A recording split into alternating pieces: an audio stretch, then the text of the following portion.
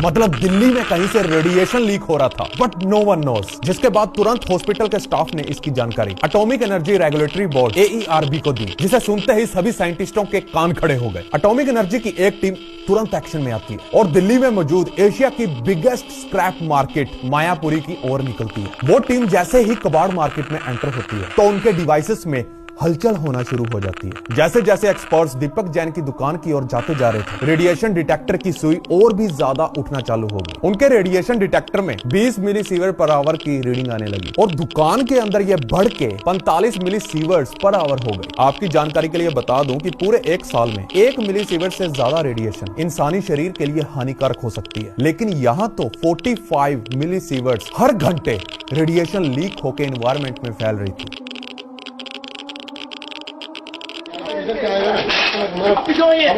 आराम से ऊपर चलिए थोड़ा, चलिए इसको देखिए, इसको देखिए, बस बस आप इधर से जाओ, इधर से मुझे भागो भागो भागो भागो।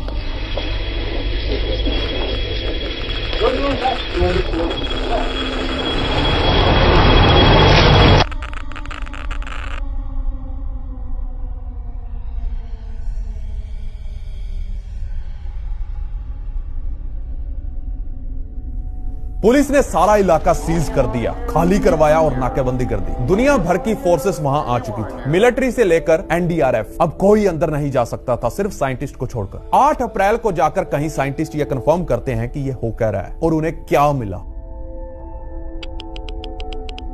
उन्होंने अपनी स्टेटमेंट में बताया कि ये रेडिएशन एक रेडियो एक्टिव आइसोटॉप से लीक हो रहा है, जिसका नाम है कोबाल्ट 60। कोबाल्ट 60 एक रेडियो एक्टिव जो दुनिया का सबसे खतरनाक आइसोटोप है। और ये एक नॉर्मल से कबाड़िए के पास क्या कर रहा था, कहां से आया कोबाल्ट 60?